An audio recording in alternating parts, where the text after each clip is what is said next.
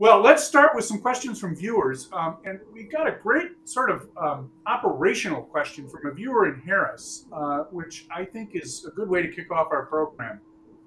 This viewer notes that with all the new bills coming forward, is it possible to share the bills with the public so that they're aware of what's being considered? Now, we're not going to take the hour to talk about the, I'm sure, hundreds of bills that have been introduced so far, but maybe we could have a little conversation here about how does the public access these bills?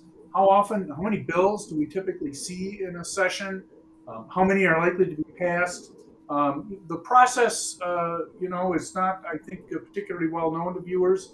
And I think this is a good introduction, particularly early in the session, as to what happens. Let's start with our senior Senate member, even if it's only by a couple of years, Senator Putnam. Let's start with you. Talk a little bit about the process and number of bills introduced, things of that sort.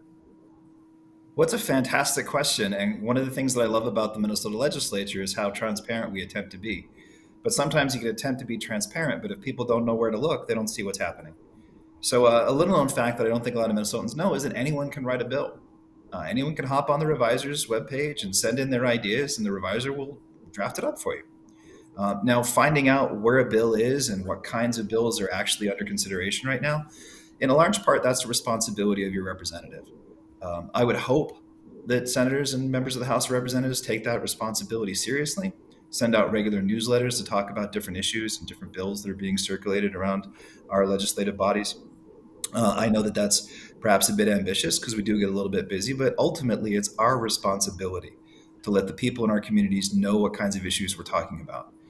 Now, in terms of number of bills, our dear friend Senator John Marty, congratulations to him for just becoming the longest serving senator in the state of Minnesota at almost 14,000 days. It showed me a graphic a couple days ago, and it was really disturbing because you see the number of bills about 20, 30 years ago significantly decrease year by year. And that's because we've adopted this policy of mega omnibus bills instead of hearing bills as individual considerations.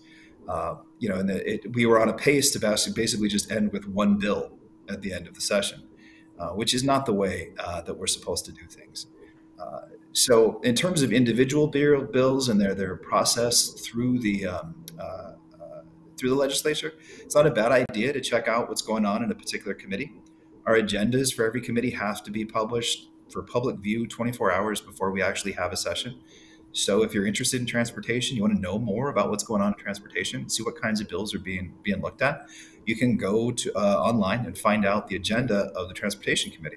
I wouldn't encourage you to watch it because it's not the most stimulating television, but you're welcome to. And that is, I think, a great strength of our legislature is our efforts at transparency.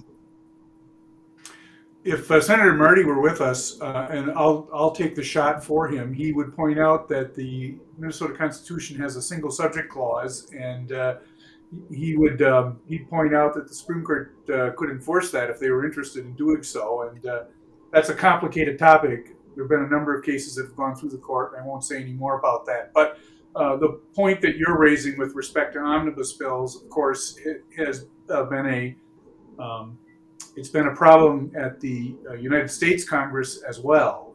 And my impression is that there is some interest on the part of senators in Minnesota maybe to doing fewer omnibus bills and more single bills.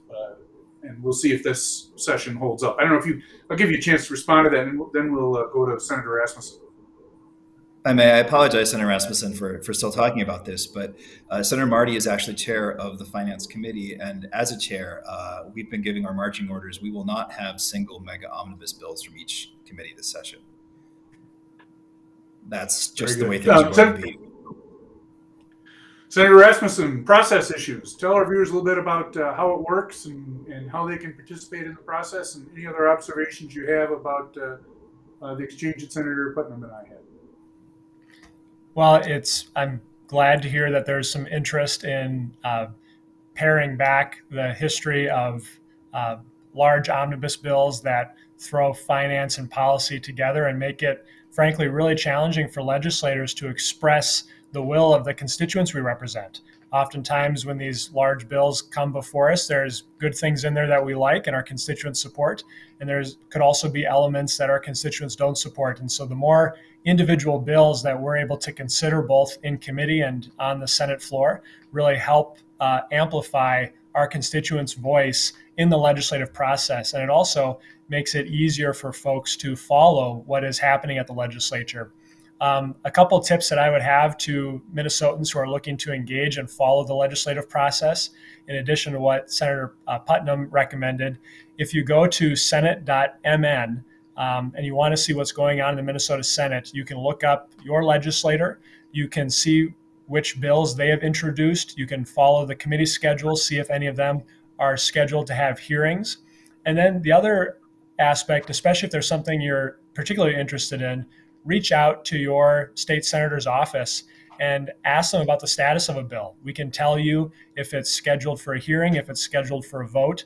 And one of the aspects of the role that I enjoy is finding those constituents who are interested in issues, inviting them to come down to the Capitol or to join remotely from home and to testify on the bills that the legislature is hearing in committees. Minnesotans can be at the table and bring their voice to our process. And I know that's a really important part of the process as we are trying to consider how to shape laws to benefit Minnesota.